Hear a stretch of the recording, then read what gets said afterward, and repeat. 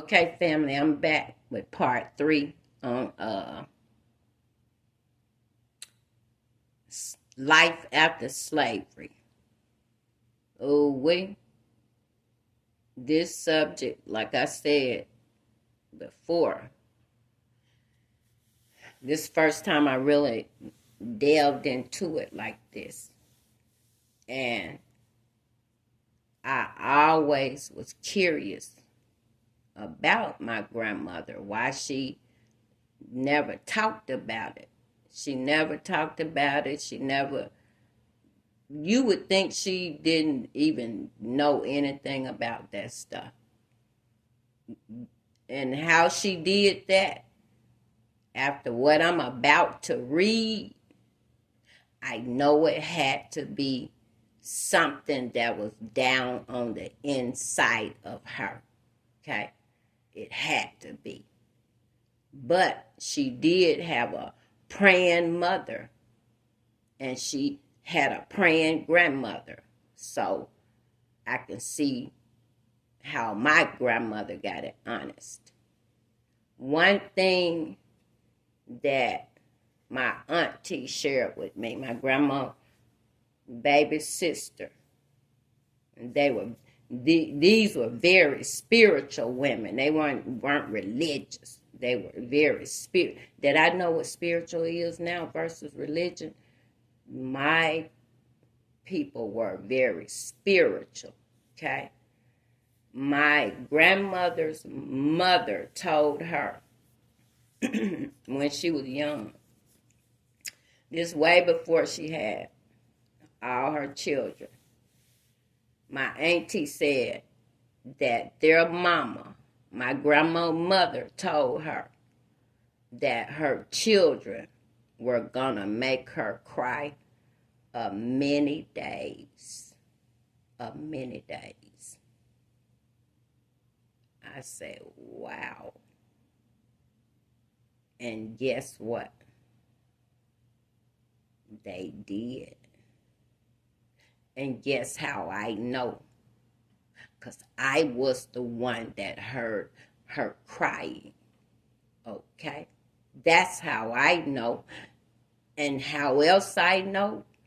I'm the one that heard her prayers every night. I'm talking about every single night, calling out each one by name, 10 children now, one by one, and talk to God about this one, then call the other name and talk to him about this one, what he into, and have mercy on him, and this and that, and I'm talking about having a whole full-blown conversation, okay? That's how I learned how to pray. It's like I wasn't even in the room when my grandma was praying. She didn't care, boy, you get out of there. If you ain't going to join in or say amen, you just be quiet, okay? Really, when my grandma entered into the presence of the Lord, it creates such a presence that it makes you be quiet. It causes a holy hush, you see. And see, at first I didn't realize what my grandma was doing at first and who she was talking to, And one day I asked her, I said, Grandma, I said, who do you be talking to? Who do you be talking to? And she said, the man upstairs. The man upstairs. He said hi, and he looks low. And he watches over everything, and he take care of his own, So she would talk like that. Okay, little girl. Okay.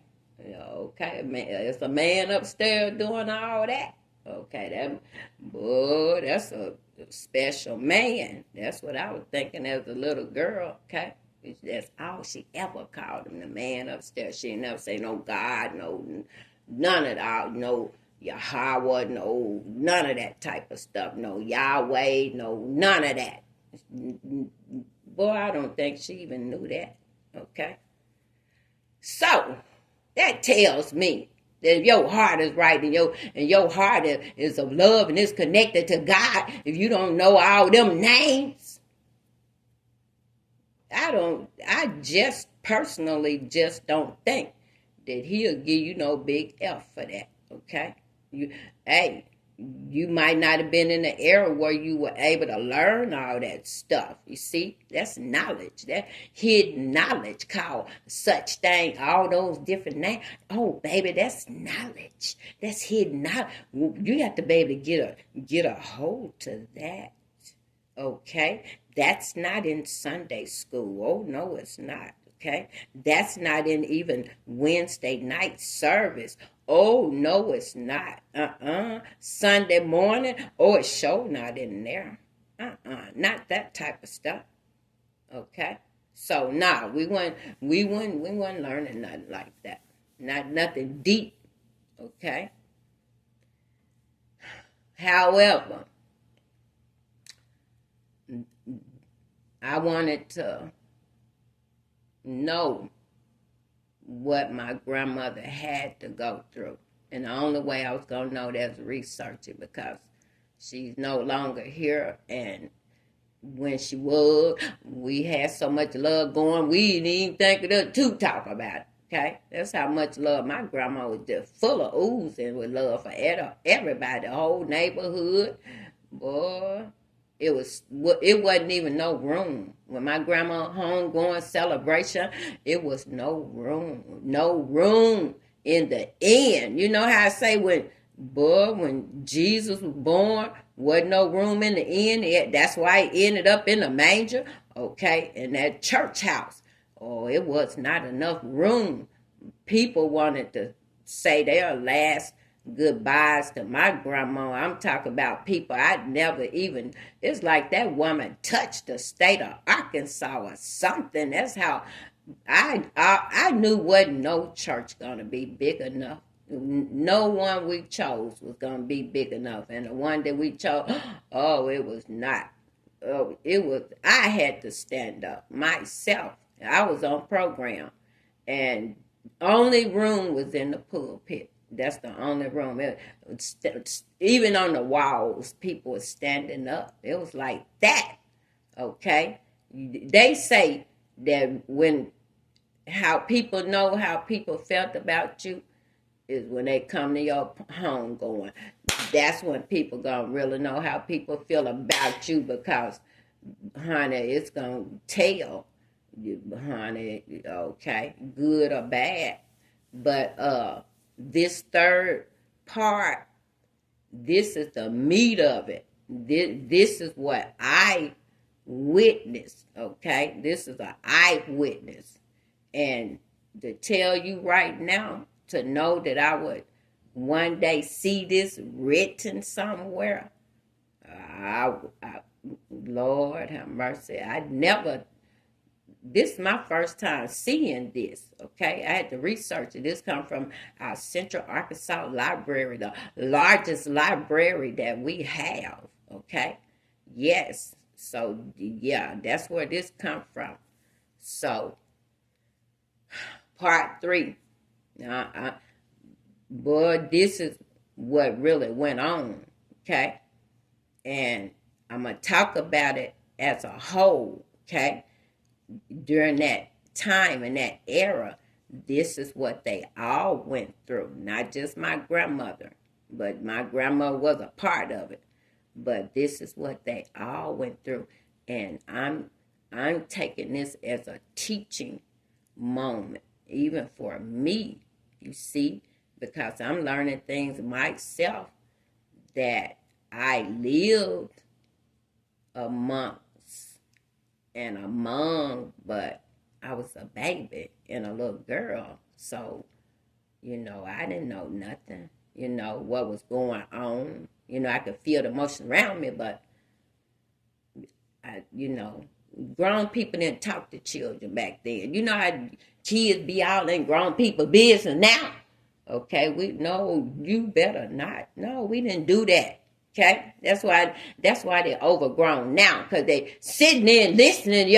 But when we had company come to the house, we immediately know to vacate that room, okay? And if we don't leave fast enough, we're going to get that cue. Okay, we got company. It's time for you to go to your room, okay?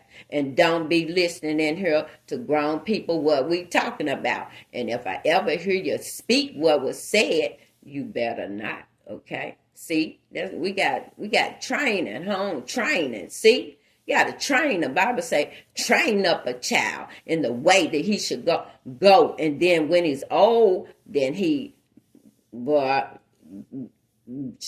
not depart. That's what it say. But it don't mean that they gonna do right. You see, because of free will, they can do what they want to do. But it's saying they can always come back if they want to. I feel like that's what it's saying. But anyway, this is the meat of it, okay?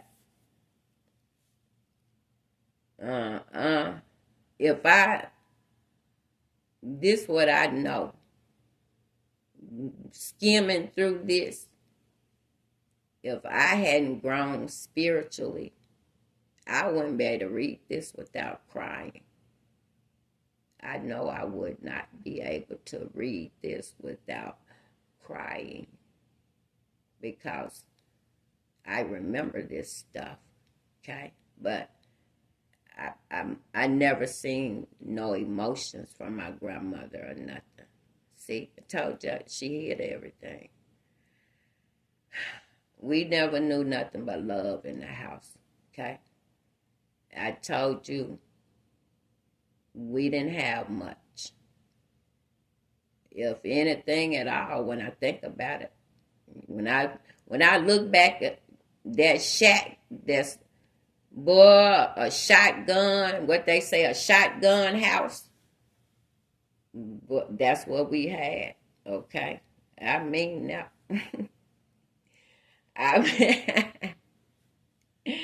I mean that, okay? We had a front porch, though. It was kind of I fell off of it a couple times, hurt myself. That's how I remember that, okay?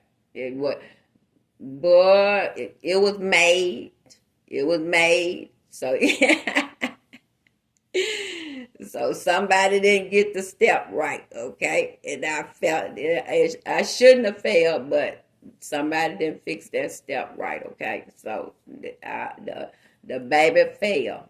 So that's how we had a front porch. Come on, somebody. Look, the washing machine was that washing tub. If anybody remember that big round washing tub, and it have this little board that this little rigid little board, and you go and wash the clothes. You got, it's in water now. Your whatever they use for detergent was in there. Washing powder probably back then. But anyway, this is real now, okay? I don't care how funny this sounds. I remember this stuff. You have by hand, but see, it was a washing board. So, Lord, thank you for that. It made it easy to get that dirt out that stuff, okay? Them clothes, they had to wash. Wasn't no washateria or none of that type of stuff. Boy, anyway, this is in slavery now. Enslavement. Okay, we weren't in slavery anymore. Okay, slavery had been abolished. Let everybody know. At this point, Abraham Lincoln, they tell me, so they tell me, okay, because when I was in history class, boy, they made us learn that Gettysburg Address and the Emancipation Proclamation, and I was so angry by the time I got through learning that stuff, because we didn't learn it, we're going to get an F. We had to learn it. We had to know the whole thing, and by the time, I went over that so many times, the Gettysburg Address, boy, I should have got up there for Abraham. And let me tell you, I couldn't tell you what neither one of them say. right now today. And I promise you, I knew both of them back and forth, okay? The Gettysburg Address. I couldn't tell you right now what it say, okay? And then the Emancipation Proclamation. That's all I remember, okay? I'm telling you how much I cared about history, okay? Now, do it matter? Yeah, because it's supposed to been over. So, okay, how did they talk back then? It supposed to been over. Slavery supposed to been over, okay? It was. However, what did it produce? It produced cheap labor and control and control, cheap and controlled labor. That's what it produced. So at the end, nobody want to get that up, okay? So even though it was abolished, hey, folks were still doing that stuff. Come on. Somebody, come on here. Somebody, they were still doing that stuff. Okay, that's why they called it enslaved person or enslaved person. See, you're not in slavery anymore, but you enslaved. Okay, your whole environment. I'm gonna say the whole environment is enslaved. So if you in it, then you is too. Okay, makes sense to me. Come.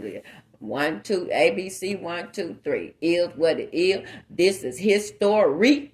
Okay, this history. Boy, this came from the library. I ain't making it up. Boy, I'm finna read this stuff to you. I did not make up one thing on this page. Boy, not listen. And this is my story too. Okay, this is my story. You know how I say his story? Okay. Well, this is my story. So can't nobody tell this story like I can, okay? Because I was there, not nobody else, okay? I'm the oldest.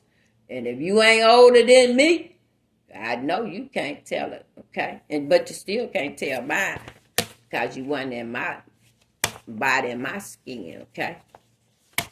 Going in, okay? This is part 3.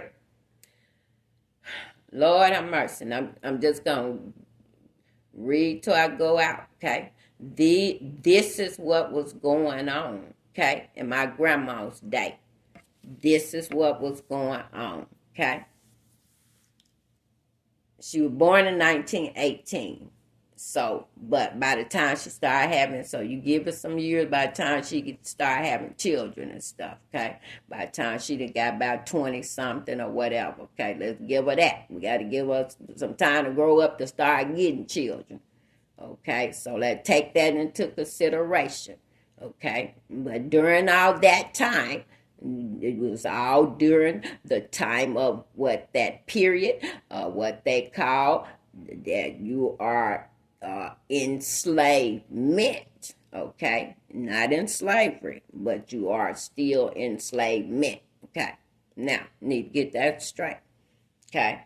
Now, it said, the largest number of enslaved were the property of the owners of large plantations in the state's lowlands, okay? In my town, that would be Scott, Arkansas, England, and Lone Oak, okay? Those are them country towns, okay? And my family was in Scott, okay? That's where we was, okay? Particularly in the rich valley and deltas along the state's waterways.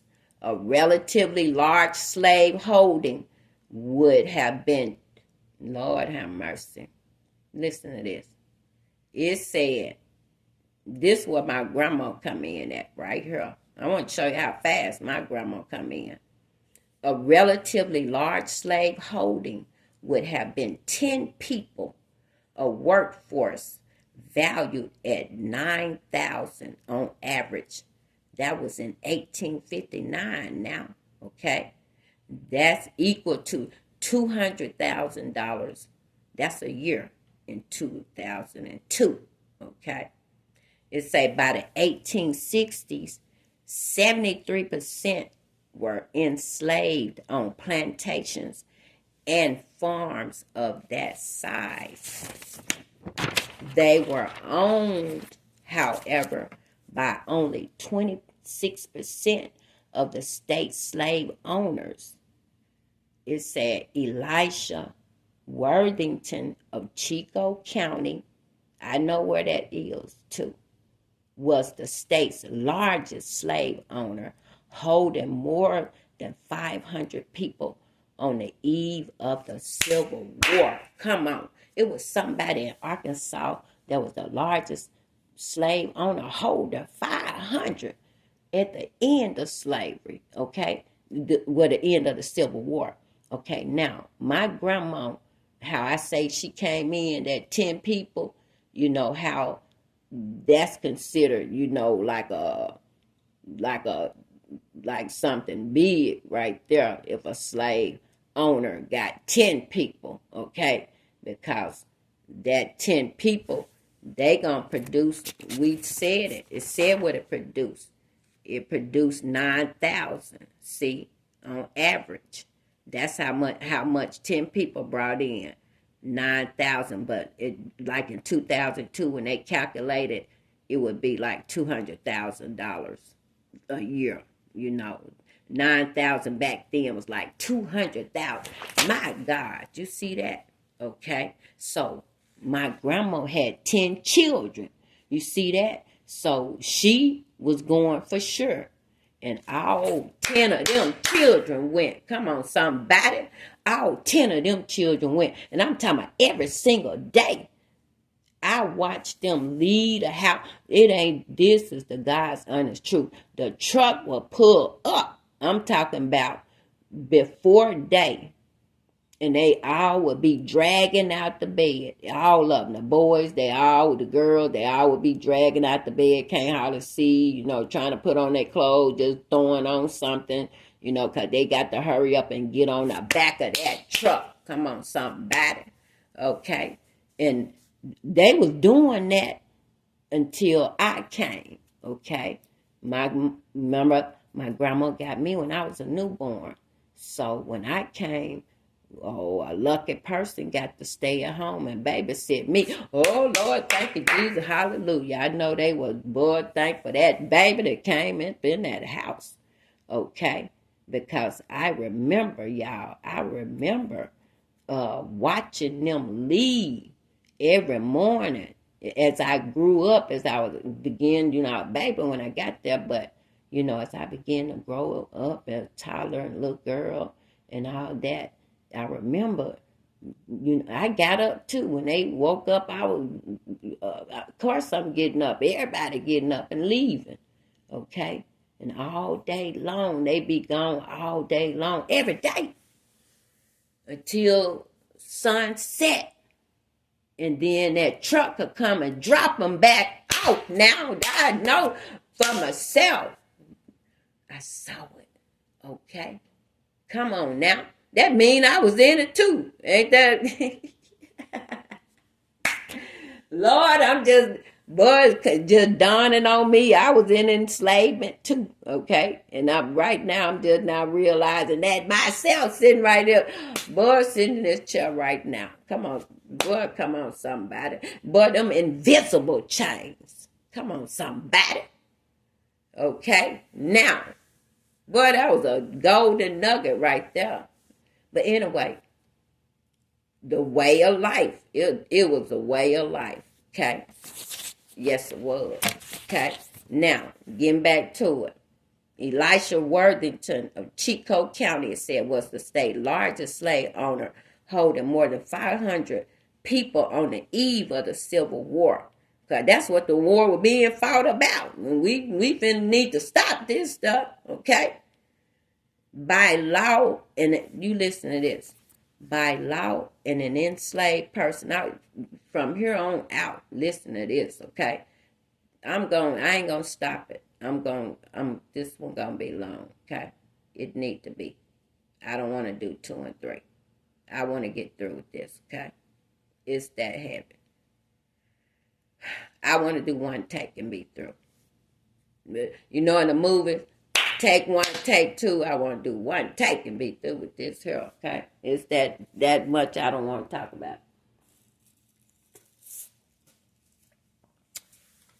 It say by law, an enslaved person was subject to all laws involving personal property, cattle, horses, or other types of possessions.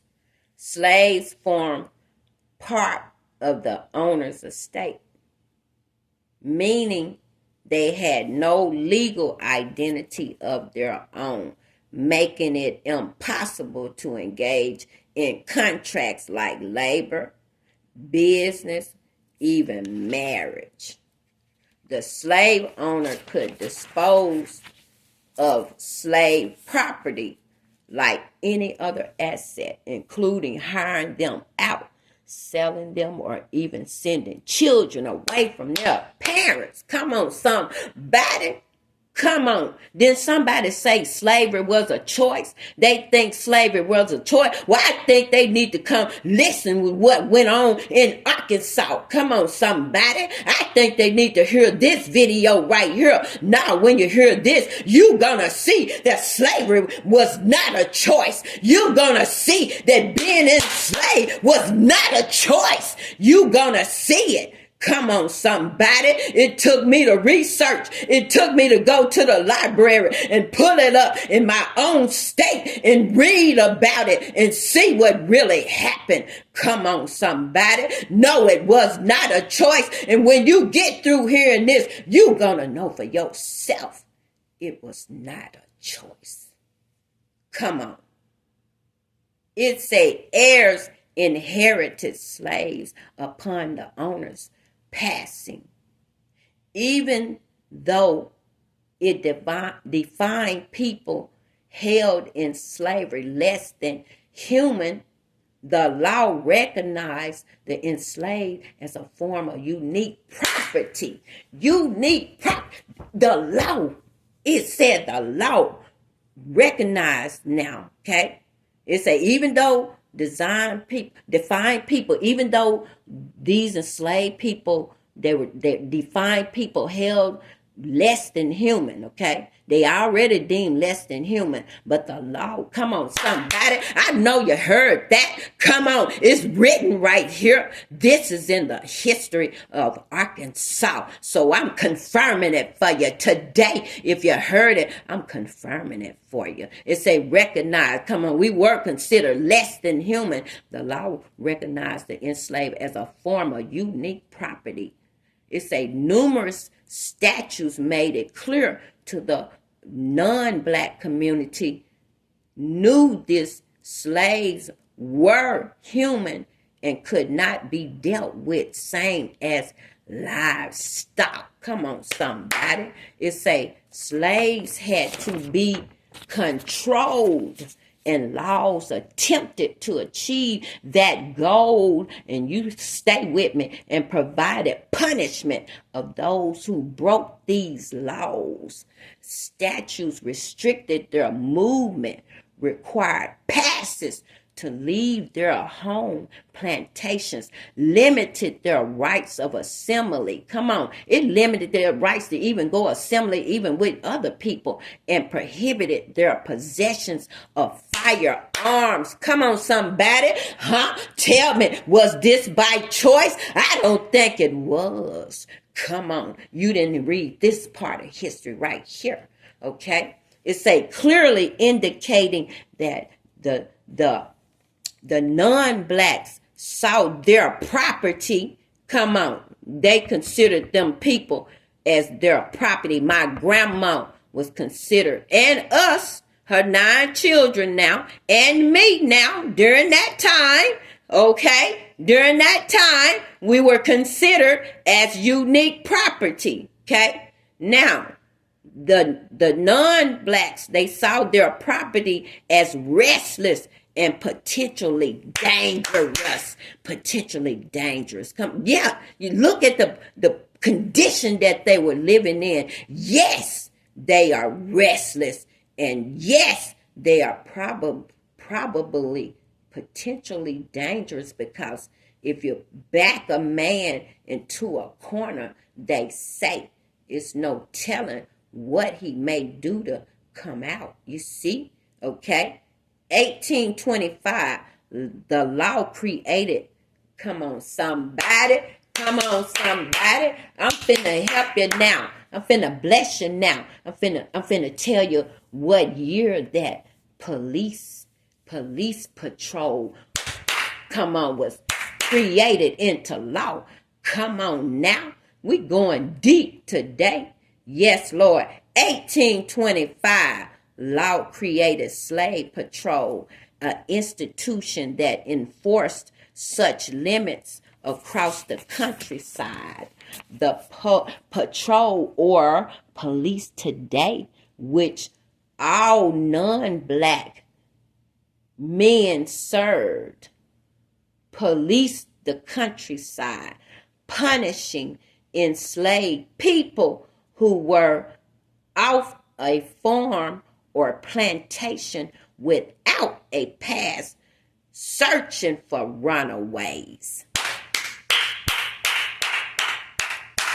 Boy, boy. Come on. That's my tambourine. Boy, if y'all don't know by now, that's my tambourine.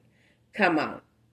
Ensuring against slave revolts and other forms of resistance. See, it said the frequent need for punishment is the slaves' refusal to be satisfied with their current condition. Come on, somebody. Who said that it was a choice? Somebody said that it was a choice. Right here, brother, man, boy, man, woman, and girl. I'm proving it to you. Oh, it was not a choice. Come on, somebody. Yes, Lord. Come on. Yes, Lord. Slavery made possible the rapid expansion. I'm going to tell you why. Slavery made possible the rapid expansion of the cotton frontier in Arkansas. Come on. Adding at least, what they say, 16 million to the economy each year. Come on now. Making Arkansas the sixth largest cotton producer. Come on now. Yes, Lord.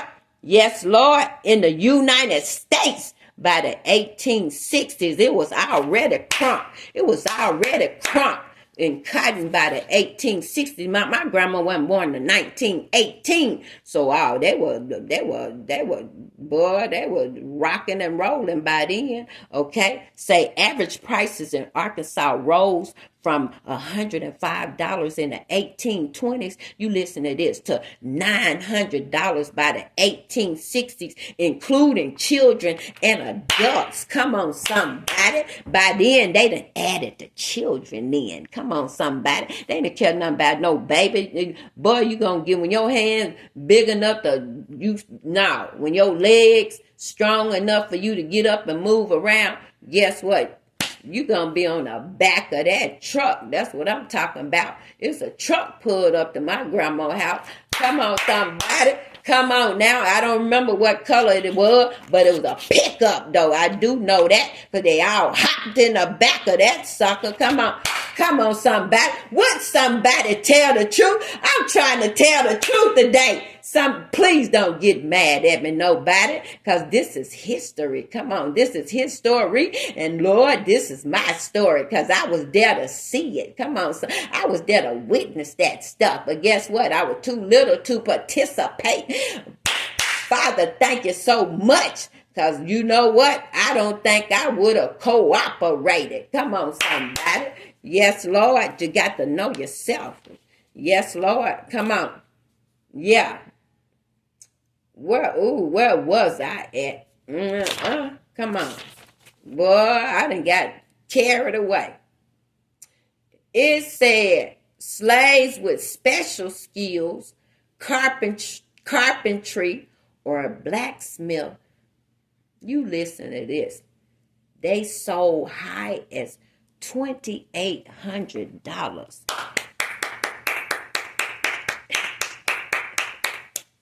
Come on, somebody. Boy, I do a back flip, boy, cartwheel and stand up in a, boy, I do gymnastics right now if I could.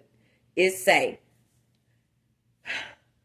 progression, listen to this, progression with children added, listen to this, it went from 2,200 to 20,000 to 61,000. Come on, that was in dollars according to the 2002 calculations. Come on, somebody.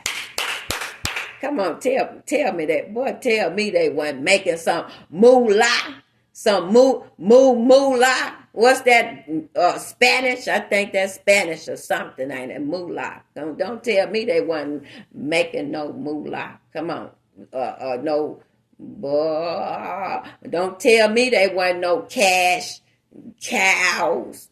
Come on, somebody. They just wasn't no cow. You see? They